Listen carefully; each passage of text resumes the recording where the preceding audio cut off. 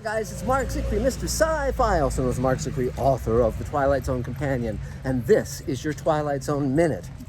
Now, I'm going to give you 2 trivia questions you can ask that will win you bar bets and get you free drinks if you're with people who know Twilight Zone but don't know it as well as I know it, and those are few and far between. The first question is, which Twilight Zone episode did Rod Serling change the sex of the main character from a male to a female, from changing it from the original source material? Okay, that's the first key question. And the second question is, which Twilight Zone episode was based on a radio play? Okay, and the third, there's actually a third trivia question you could ask, which is, which Twilight Zone was adapted from source material by the wife of one of its composers? Okay, so are you stumped yet? Well, they all are referring to one episode and one episode alone, The Hitch-Hiker. A wonderful, wonderful, wonderful piece. Rod Serling claimed that he wrote that script in 8 hours, amazingly, and it's probably true because the source material is absolutely spectacular.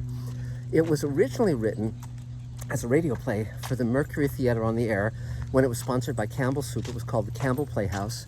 It also was reprised on other radio shows, including Suspense, and it starred Orson Welles in the main role of a young man who is driving cross-country and starts to see the same hitchhiker wherever he goes, and an ominous and menacing hitchhiker. And Rod thought, and rightly so, that it might be even scarier if it was a lone female, and so he changed the sex, but he kept pretty much the script intact. And though I believe he added the end line, and I won't again spoil that, but Leonard Strong is perfect as the hitchhiker, and Inger Stevens as an actress. She was of Swedish lineage, hence the beauty and the blonde hair and the blue eyes, and she always projected this very nervous quality, this strange anxiety, and sadly she ultimately committed suicide, and so she obviously had her demons, but she was in 2 Twilight Zone episodes, this one and The Lateness of the Hour, and everything I ever saw her in, she was terrific. She also starred in a movie called The World, the Flesh, and the Devil, where she and Harry Belafonte and Mel Ferrar were the last 3 people on Earth after a nuclear war, and that's a fun movie to check out as well. But in this episode, she's driving cross-country. You get the feeling of a cross-country drive.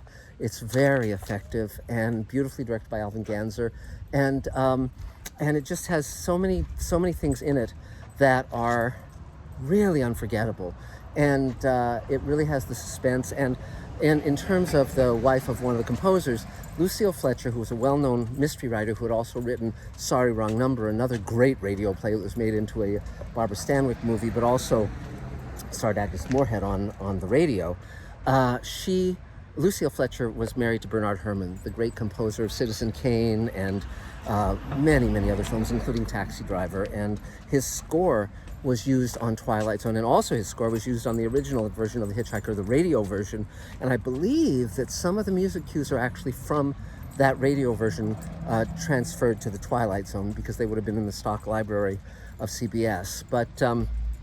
But you should really check out this episode if you've never seen it, and if you have seen it, check it out again, because it holds up time after time after time, as do so many of the Twilight Zone episodes. And it's the black and white photography is gorgeous. George Clemens was the DP, and he was a genius. And Rod Serling's script, as I said on one of the other Twilight Zone minutes, Rod recognized that if the source material was strong, not to mess with it too much, because if it worked, just, adapt it faithfully.